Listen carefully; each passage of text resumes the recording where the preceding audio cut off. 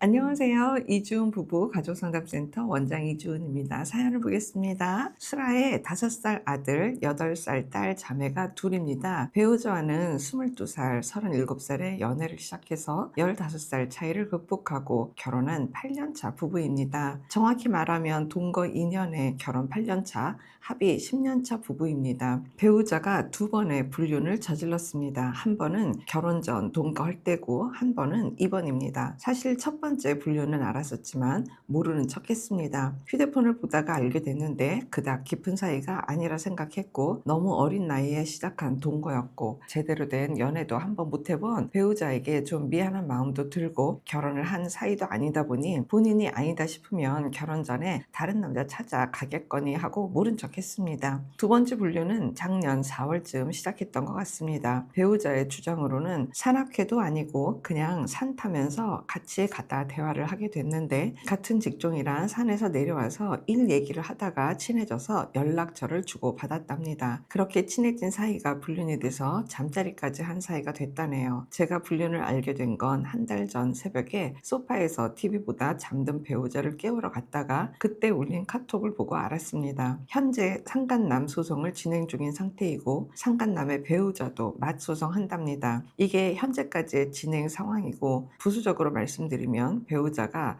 산후 우울증을 심하게 앓았던 적이 있고 그 이후로도 우울증과 공황장애를 앓았었습니다. 현재는 단약 중인데 어이없는 건 그 단약을 할 수 있었던 게 그 불륜남의 도움이 컸다고 당당하게 말합니다. 가장 큰 우울증의 원인은 바로 남편인 저라고 생각합니다. 연애 중 큰 사기를 당했었고 소위 말해서 본전 생각, 복구하고 싶은 마음에 또 한 번의 사기를 당했습니다. 아마도 그때부터 배우자의 마음이 병든 것 같습니다. 솔직히 그때는 그닥 집안을 돌보지 않았습니다. 어떻게 해서든 제가 사업하느라 털어먹은 돈을 일부라도 찾고 싶었습니다. 저의 부족한 점을 인정합니다. 그런데 제가 사업하고픈 마음을 포기하고 월급쟁이로 살면서 2년 넘게 가정에 충실하고 있을 때 배우자는 이미 다른 남자와 불륜 중이었고 제가 했던 모든 노력을 알지도 못하고 있습니다. 들키고 나서 당당하게 했다 어쩔래 라는 식이고 이혼하자고 난리도 아닙니다. 현재 저는 PTSD, 우울증, 불안장애, 공황장애까지 진단받아 정신과 약만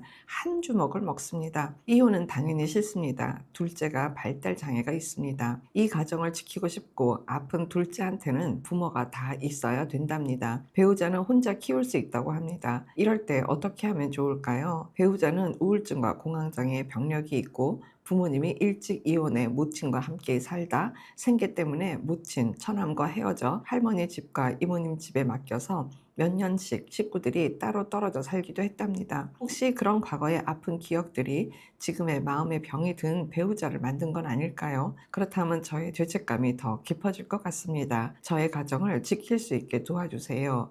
라고 글을 주셨습니다.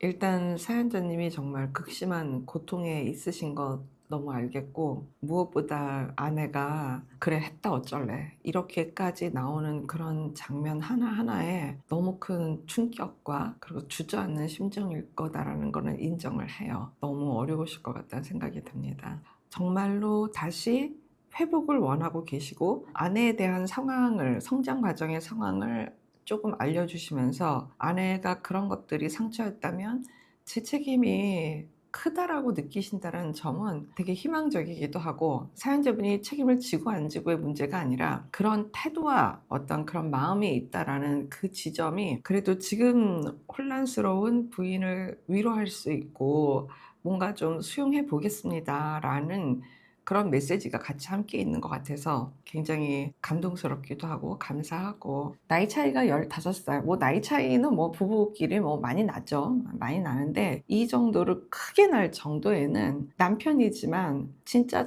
정말 푹 안기고 싶고 너무너무 이해받고 싶고 집안에서의 아버지는 좀 이렇게 지붕이라고 표현을 할 정도로 뭔가 안정감을 이렇게 좀 받아올 수 있는 대상이잖아요. 그런 아버지의 마음을 기대했던 아내의 마음이 있었다라는 거를 좀 알게 해요. 그래서 그만큼의 나를 예뻐해주고 사랑해주고 내 편 들어주고 이런 것들에 대한 일반적인 여성들보다도 훨씬 더 큰 기대가 있지 않았을까라는 생각이 듭니다. 사연자님이 사기 사기도 당했던 경험이 있잖아요. 아마 모르긴 해도 얼마나 금전적으로 고생을 많이 하셨겠어요. 한참 어린 아내한테 이런 내면의 갈등 이야기들을 공유했을까? 뭐 지금 안 계시니까 여쭤볼 수 없어서 그렇지만 안 했을 것 같거든요. 그러니까 나는 이거를 어떻게 해서든지 해결을 하려고 애를 쓰는 가운데 뭔가 아내를 좀 더 좀 신경 쓸 그런 상황이 아니었다, 이런 걸 얘기하고 싶었는지는 모르겠어요. 그러니까 이게 너무 차이가 나는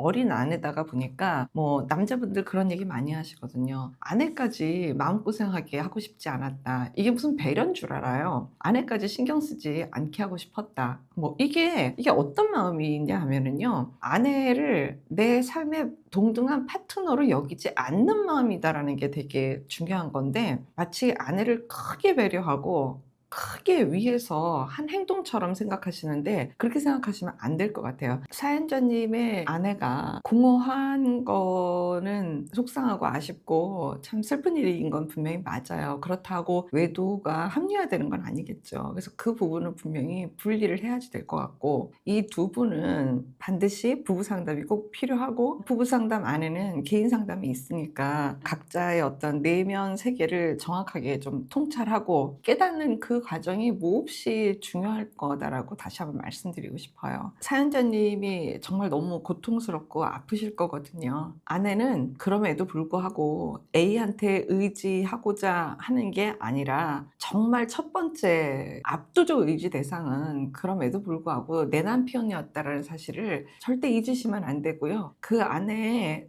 정말 첫 번째 그 대상이 오랜 시간 동안 나였다라는 거는 분명히 좀 깨달으셔야 될 것 같습니다. 그래서 아내가 좋아지려면, 아내가 같이 아픈 발달장애 아이도 돌보고 이렇게 뭔가 기능이 좀 돌아오고, 그리고 부부가 상호 좀 협력적이 돼서 우리 가정을 이렇게 잘 이끌 수 있는 이 모든 것들을 다 하기 위해서는 아내의 정서적인 이 결핍에 대한 내용들을 다 책임지셔야 된다가 아니라, 아내가 개인 상담을 하면서 어쨌든 자기 내용의 70%는 본인 거예요. 본인 거. 아내 본인이 해결해야 되는 거고, 배우자는 한 20-30%가 배우자의 몫이거든요. 그러니까 이런 내용들을 좀 전문적인 상담을 통해서 아내도 깨닫고, 뭔가 사연자님도 지금과 같은 이런 생각의 구조를 가지고는 아내 정서를 만나기가 쉽지가 않습니다. 그 부분이 좀 더 개선되는 게 필요해 보입니다. 정말 마음고생 정말 많이 하시는 거고, 그렇지만 외도 케이스는 분명히 해결할 수 있는 문제예요. 그 외도 케이스를 가지고 우리 부부의 내용을 다시 재해석하고 재분석하기만 잘 되면